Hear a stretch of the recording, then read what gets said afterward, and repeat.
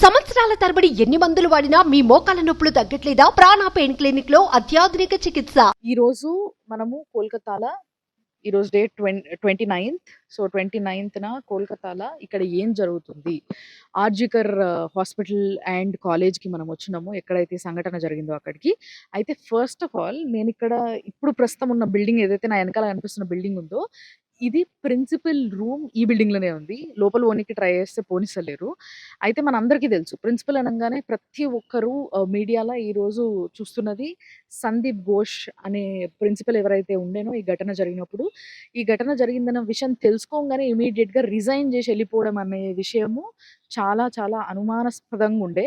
అయితే ఆయన రిజైన్ చేసి పోయిన తర్వాత ఏదైతే ఇక్కడ గవర్నమెంట్ ఉందో, ఆ గవర్నమెంట్ ఏం చేసిందంటే స్టేట్ గవర్నమెంట్ ఆయనని వితిన్ 12 అవర్స్ వేరే గవర్నమెంట్ కాలేజ్‌లో ప్రిన్సిపల్‌గా అకామిడేట్ చేయడం అనేది చాలా విచిత్రమైన విషయం. అసలు ఇట్లా ఎక్కడా జరగదు. అలాంటిది జరిగింది.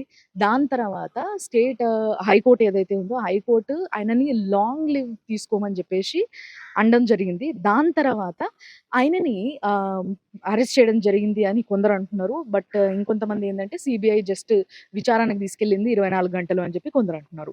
సో ఇదంతా జరిగింది సీబీఐ చేతికెళ్ళిన తర్వాత కొన్ని విషయాలు బయటికి రివీల్ అవ్వడం కొంచెం కష్టంగా ఉన్నప్పటికీ, అయితే ఇప్పటి వరకు ఇక్కడ నేను గ్యాదర్ చేసుకున్న కొన్ని విషయాలు, కొన్ని ఆల్రెడీ మీడియాలో ఉన్న విషయాలు ఏవైతే ప్రిన్సిపల్ గురించి ఉన్నాయో వాటి గురించి ఒకసారి డిస్కస్ చేస్తే, ఎవరైతే ఈ అత్యాచారానికి పాల్పడ్డారో ఆయన పేరు సంజయ్ రాయ్. సో ఈ సంజయ్ రాయ్ అనేటాయన ఈ సందీప్ ఘోష్ అనే ఎవరైతే ప్రిన్సిపల్ ఉన్నారో ఈయనకి బౌన్సర్‌గా పనిచేసేటోడంట. అంతేకాకుండా అండ్ ఈయన పైన అలీ అఖ్తర్ అని ఒక వ్యక్తి, అఖ్తర్ అలీ అని చెప్పేసి ఇక్కడ ఎక్స్ సూపరింటెండెంట్‌గా వర్క్ చేసిన ఒక వ్యక్తి 20 సంవత్సరాలు ఈ పలానా కాలేజ్‌లో ఆయన సూపరింటెండెంట్‌గా పనిచేసిండు. సో 20 సంవత్సరాలు ఆయన ఇక్కడ పనిచేసినప్పుడు 2021లా ఎప్పుడైతే ప్రిన్సిపల్‌గా సందీప్ ఘోష్ ఇక్కడికి అపాయింట్ అయ్యి వచ్చిండో, అప్పటి నుంచి కూడా ఆయనని ఈ అఖ్తర్ అలీ అనే వ్యక్తి అబ్జర్వ్ చేయడం జరుగుతుంది. సో ఎప్పుడైతే ఫస్ట్ టైమ్ ఆయన కాలేజ్‌కి వచ్చిండో అప్పుడు కొంతమంది స్టూడెంట్స్ ఆయనని తరిమినట్టుగా, అంటే ఆయనని తరిమి "నువ్వు వద్దు, నువ్వు ప్రిన్సిపల్‌గా మాకొద్దు" అని చెప్పేసి తరిమి కొట్టినట్టుగా ఆయన చెప్పడం జరిగింది వీడియోలో. ఆ వీడియోని నేను సేకరించిన. అది కూడా మీకు మా వోళ్ళు పక్కన ప్లే చేసి చూపిస్తూ ఉంటారు.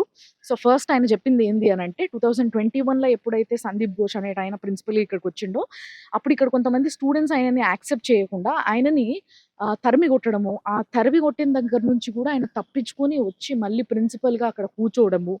అండ్ అప్పటినుంచి ఆయన అరాచకాలు మొదలుపెట్టడం అనేది మొదలుపెట్టిండట. సో అంటే అరాచకాలు చేయడం అనేది మొదలుపెట్టిండట. ఎలాంటి అరాచకాలంటే ప్రతి దాంట్లో ఏ కాంట్రాక్ట్ ఇవ్వాలన్నా గానీ ఈయన 20% దాంట్లో అడిగేటోడట. ఫర్ ఎగ్జాంపుల్ ఏదైనా మెడిసిన్స్‌ది కావచ్చు, లేకపోతే ఏదైనా బయోమెడికల్ వేస్ట్ కావచ్చు, లేకపోతే ఏదైనా contract like house keeping contract కావచ్చు, ఆఖరికి బాత్రూమ్స్ క్లీనింగ్ కాంట్రాక్ట్ ఏదైతే ఉందో దాంట్లో కూడా 20% అమౌంట్‌ని ఆయనకిస్తేనే ఆ కాంట్రాక్ట్ వాళ్ళని యాక్సెప్ట్ చేస్తాడనమాట. వాళ్ళని తీసుకుంటాడనమాట.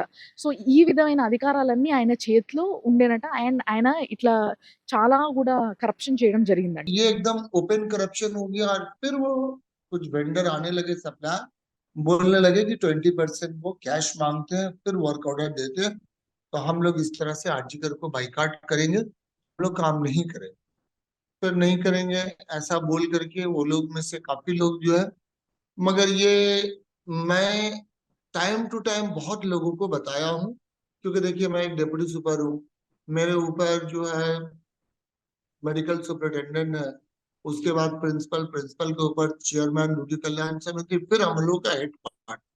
मैंने सब जगह बताया, मगर मैं देखा कि कोई एक्शन नहीं हो रहा।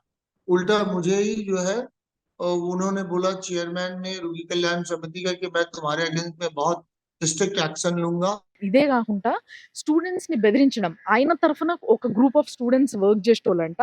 అంతే కాకుండా ఇక్కడ ఇప్పుడు ఈ అత్యాచారానికి ఎవరైతే మెయిన్ పర్సన్‌గా మనం చూస్తున్నామో సంజయ్ రాయ్ అనేటాయన, ఆయన ఈయనకి మనీ మేకింగ్ బ్యాంక్ లాగా ఉండేటోడు అన్నట్టు. బేసిక్‌గా ఈయన ఏం చేసేటోడంటే బయటకొచ్చి అంటే ఒక సివిల్ వర్కర్ అని చెప్తున్నాం గదా! మనము. సివిక్ వర్కర్ ఆయన ఇక్కడ అని చెప్పేసి. బట్ ఆయన ఏం చేసేటోడు అనంటే ప్రతి వాళ్ళ దగ్గరకి పోయి ఇప్పుడు ఒక పేషెంట్ ఒక బెడ్ కోసం ఎదురు చూస్తున్నాడు. బెడ్ దొరుకుతలేదు ఇక్కడ. సో, పేషెంట్ వాళ్ళ ఫ్యామిలీ మెంబర్స్‌తోని మాట్లాడి వాళ్ళ దగ్గర ఏదో అంత పైసలు తీసుకొని వాళ్ళకి బెడ్ ఇప్పియడము.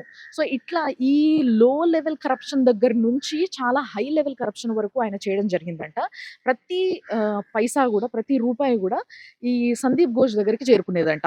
అండ్ అంతే గాకుండా ఈ అమ్మాయి ఎవరైతే ఇప్పుడు మనము అభయ అని చెప్పుకుంటున్నామో, ఈ అభయ ఇన్సిడెంట్‌కి ముందు Abhaya was against to all this. అంటే బేసిక్‌గా ఈమె ఏందంటే ఈమె దగ్గర కొన్ని ప్రూఫ్స్ ఉండేనంట వీటన్నిటికి సంబంధించినయి గూడా. ఆ అమ్మాయి ఒక డైరీ రాసుకునేది. ఆ డైరీలో చాలా ముఖ్యమైన విషయాలు కోట్ జేసిందంట. ఈయన సందీప్ ఘోష్ గురించి. సో, ఈ విషయాలు వాళ్ళ పేరెంట్స్ అభయ వాళ్ళ పేరెంట్స్ ఒక వీడియోలో చెప్పడం మనం జూషినాము. అంటే మీరు జూషిరో లేదో గానీ, బట్ నేనైతే ఇక్కడ లోకల్ మీడియాలో కొన్ని వీడియోస్‌లో చూడడం జరిగింది. అండ్ వాళ్ళ పేరెంట్స్‌ని గూడా కలవడానికి ప్రయత్నిస్తున్నాం. అది గూడా నేను మీకు త్వరలోనే చూపిస్తా.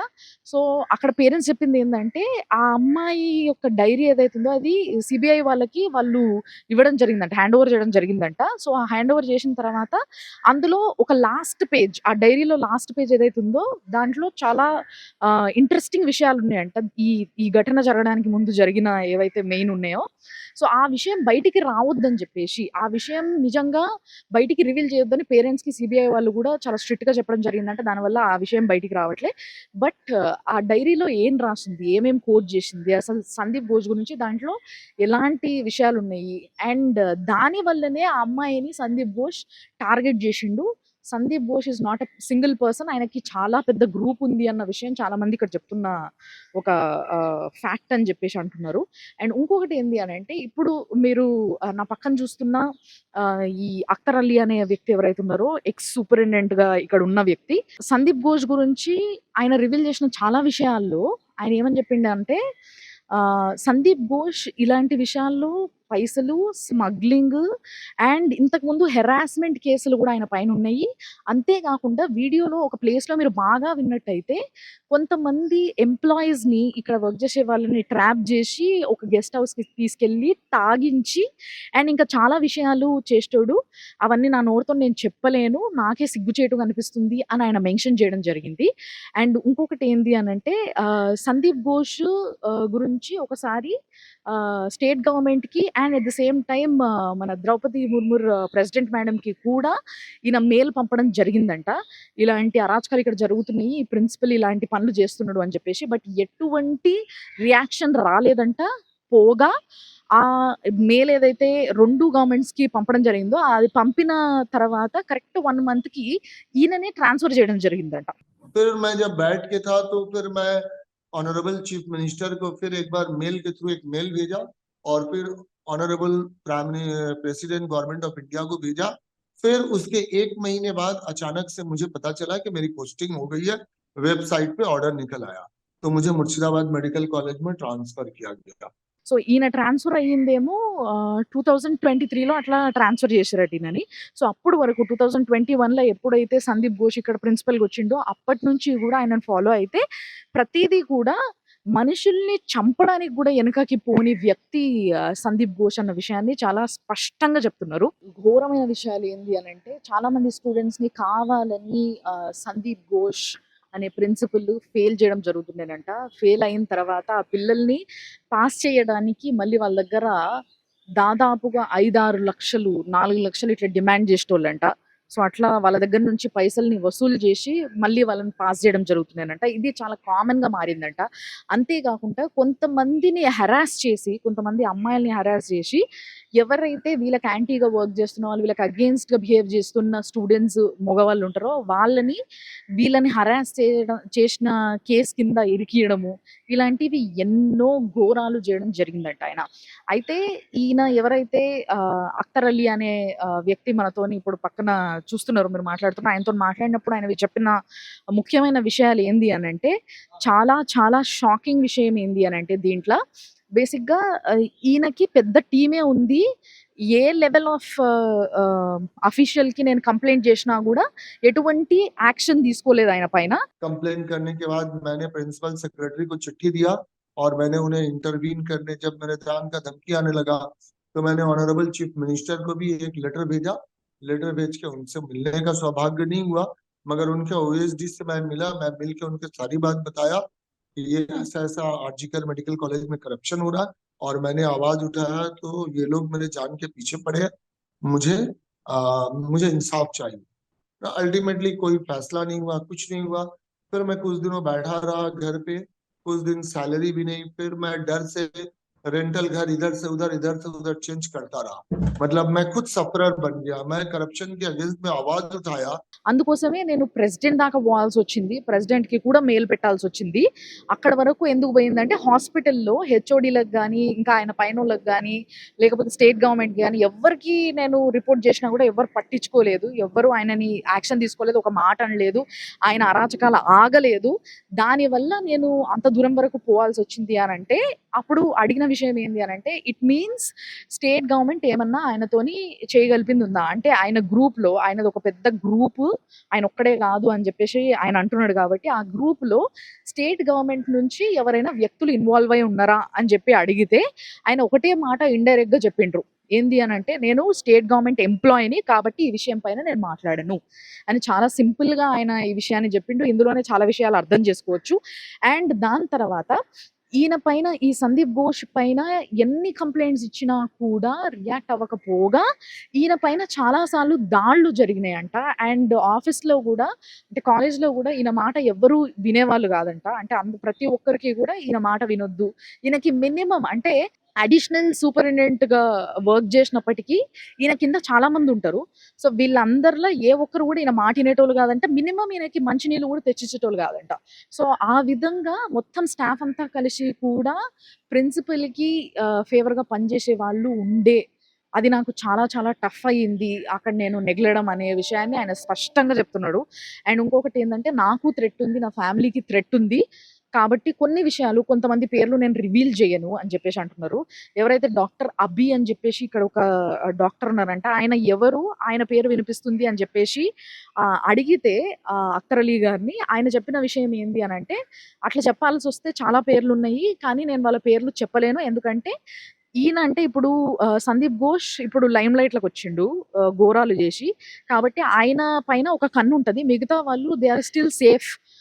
వాళ్ళు అసలు ఇంకా బయటికి రాకుండా వాళ్ళని వాళ్ళు కప్పిపుచ్చుకొని సేఫ్‌గా ఉన్నారు. సో వాళ్ళు నాకు థ్రెట్ చేసే అవకాశం ఉంది. నా ఫ్యామిలీ పైన, నా లైఫ్ అంతా కూడా ఇదైపోతది. కాబట్టి నేను వాళ్ళెవరి పేర్లు తీయను. సారీ ఏమనుకోకండి అని చెప్పేసి ఆయన చెప్పడం జరిగింది. సో ఈ విధమైన వీడియో మనకి దొరకడం అనేది, నేను ఈ ఈ విధమైన వీడియోని మొత్తం కంప్లీట్‌గా ఆయన ఏం మాట్లాడిండో అదంతా కూడా ట్రాన్స్‌లేట్ చేయడం జరిగింది.